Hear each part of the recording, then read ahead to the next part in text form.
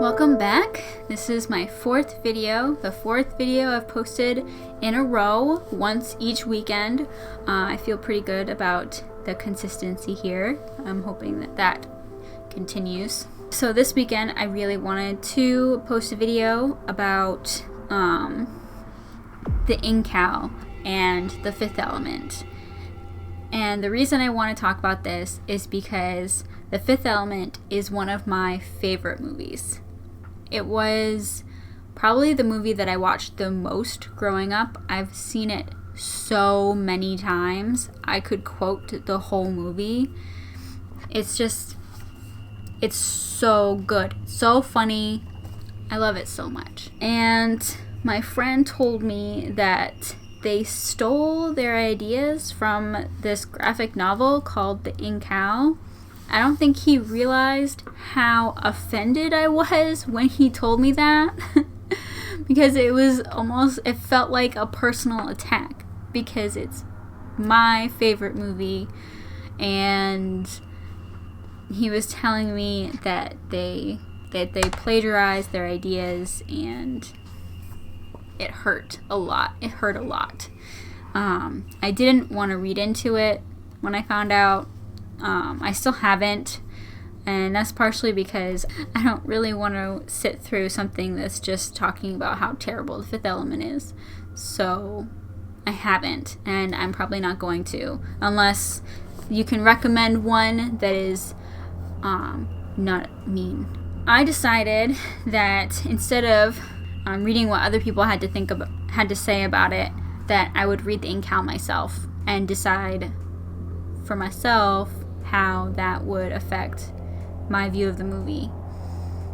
And I thought, if it is ideas stolen from the Incal, maybe I'll really like it, because I really like the Fifth Element, and so it makes sense that I would really like the Incal if that is the case. So it's a positive spin on what could potentially be a bad thing. So I borrowed the Incal from a friend, from the same friend who told me the bad news. By the way, he hasn't actually finished the Incal, so I don't think he's entitled to an opinion on it. I read it and I liked it, but I also didn't like it. There were things that I liked and there were things that I didn't like. I really liked the imagery. I have it right here. I should probably... Here it is. I really liked the imagery in it, the illustrations. Mobius is a great artist. The way he portrayed the world was really interesting, and the buildings and the Medusas were really cool. I really liked that part. By the way, Mobius also worked on The Fifth Element, so it would make sense that there would be some stylistic similarities since the same artist worked on both projects. Another thing that I really liked was how expansive the universe was. There are so many interesting concepts introduced in this, and I really wanted to explore them all more. Unfortunately, it covers a lot of ground, so nothing's really delved into really, really deeply like the way that I would want to. I guess it just comes with the fact that it covers so much ground. I was not a fan of the main character in the Incal, if you call him that. He's like the main protagonist that you follow throughout the book for the most part. There are scenes that don't involve him, but for the most part, I would say he's the closest thing to the main character. I mean, he's the guy on the cover. So, and that's John DeFool. And I don't know, I just didn't feel invested in him. I didn't really care if he continued to be in the story. I was more interested in the side characters. I don't know if it was because he kind of gives off that chosen one but doesn't want to shoulder the responsibility vibe, and I don't like that trope very much. I think it's part of why I had a hard time with Rand in The Wheel of Time when I first started that. It wasn't so much that like he annoyed me. It was more just that I just didn't feel invested in his character at all. I didn't really care about the things that were troubling him, which was unfortunate, I think. I think that led me to not feeling super invested in the story, but I did like other characters, and I did like the world and the concepts introduced and stuff like that. The pacing of the story felt kind of rushed. I think that's because it covers so much ground. It goes to so many different places that we're just bebopping through the universe, and I just wanted to like slow down. That's not a terrible criticism.